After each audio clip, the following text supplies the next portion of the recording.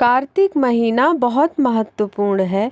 इस महीने में कई त्योहार मनाए जाते हैं, जैसे दिवाली, गोवर्धन पूजा, भाई दूज, छठ पूजा और इनमें से ही एक महत्वपूर्ण कार्यक्रम तुलसी विवाह भी है। तुलसी विवाह कार्तिक मास के शुक्ल पक्ष की द्वादशी तिथि को आयोजित किया जाता है। इसके पहले देवउठनी एकादशी होती है और इस दिन के बाद से ही विवाह के शुभ योग बनते हैं। तुलसी को एक पवित्र पौधा माना जाता है। विज्ञान ने भी इस बात को साबित कर दिया है। इस पौधे में बहुत से औषधीय गुण पाए जाते हैं। अक्सर हर घर में आपको तुलसी का पौधा मिल ही जाता है, जिसकी पूजा की जाती है। इस दिन तुलसी और शालिग्राम, जो कि विष्णु का स्वरूप माने जाते हैं, इनका विवाह किया जाता है। आइए जानते हैं इस वीडियो में कि किस तरह से करें तुलसी विवाह और इनका शुभ मुहूर्त कब है। तुलसी विवाह का शुभ मुहूर्त।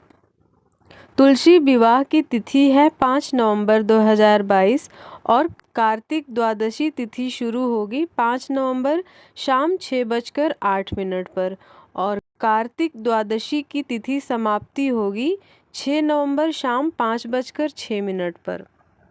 बहुत से लोग तुलसी विवाह के दिन माता तुलसी और भगवान शालिग्राम की पूजा करते हैं और वहीं बहुत से लोग इसी दिन विधिवत माँ तुलसी और शालिग्राम का विवाह रचाते हैं।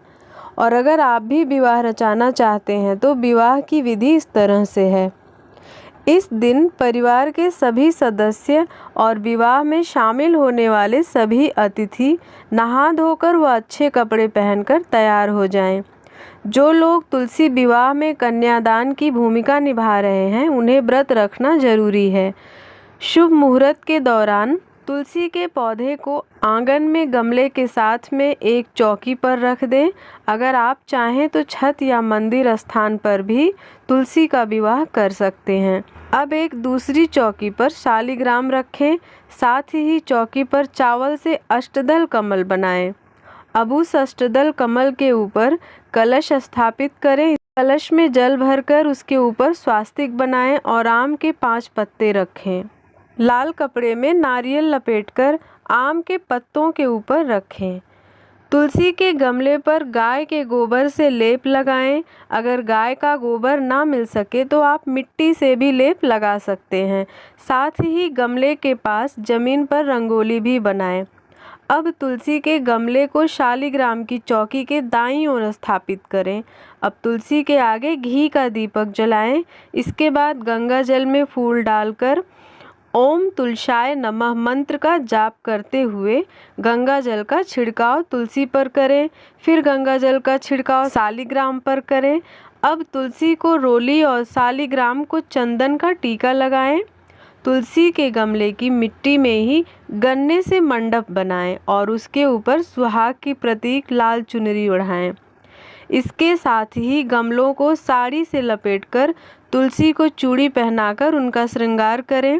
अब शालिग्राम को पंचामृत से स्नान कराकर पीला वस्त्र पहनाएं। तुलसी और शालिग्राम की हल्दी करें, जिसके लिए आप दूध में हल्दी भिगोकर लगाएं। गन्ने के मंडप पर भी हल्दी का लेप लगाएं। अब पूजन करते हुए इस मौसम में आने वाले फल जैसे बेर, आंवला, सेब आदि आप चढ़ा सकते हैं।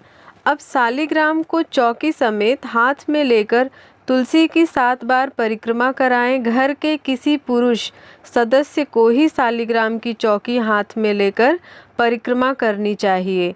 इसके बाद तुलसी को शालिग्राम के बाईं ओर स्थापित करें।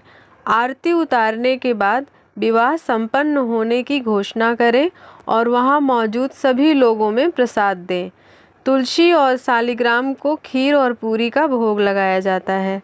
अगर ऐसा कोई दंपत्ति है जिसे बेटी नहीं है तो वे विशेष रूप से तुलसी माता के माता पिता के रूप में कार्य करते हैं और कन्यादान करते हैं, जो अपनी बेटी तुलसी को भगवान शालिग्राम को विवाह स्वरूप में दान में दे देते हैं। शालिग्राम जी पर चावल नहीं चढ़ाए जाते हैं, उन पर तिल चढ़ाई जा सकती है। कन्यादान के बाद अक्सर तुलसी जी का पौधा लोग मंदिर में दान कर देते हैं। यह सभी के लिए अनिवार्य नहीं है। अगर आप चाहें तो वह पौधा रखकर आप रोज की तरह पूजा कर सकते हैं। विवाह के अंत में तुलसी माता की आरती करें और तुलसी चालीसा का पाठ भी करना चाहिए। इस प्रकार से तुलसी विवाह करने से भगवान विष्णु बहुत जल्दी ही प्रसन्न हो जाते हैं और उस घर में माँ लक्ष्मी का वास सदैव बना रहता है। अगर आपका इस तुलसी विवाह से संबंधित कोई भी प्रश्न है तो आप नीचे कमेंट करके पूछ सकते हैं। मिलते हैं अगले वीडियो में। जय श्री कृष्णा।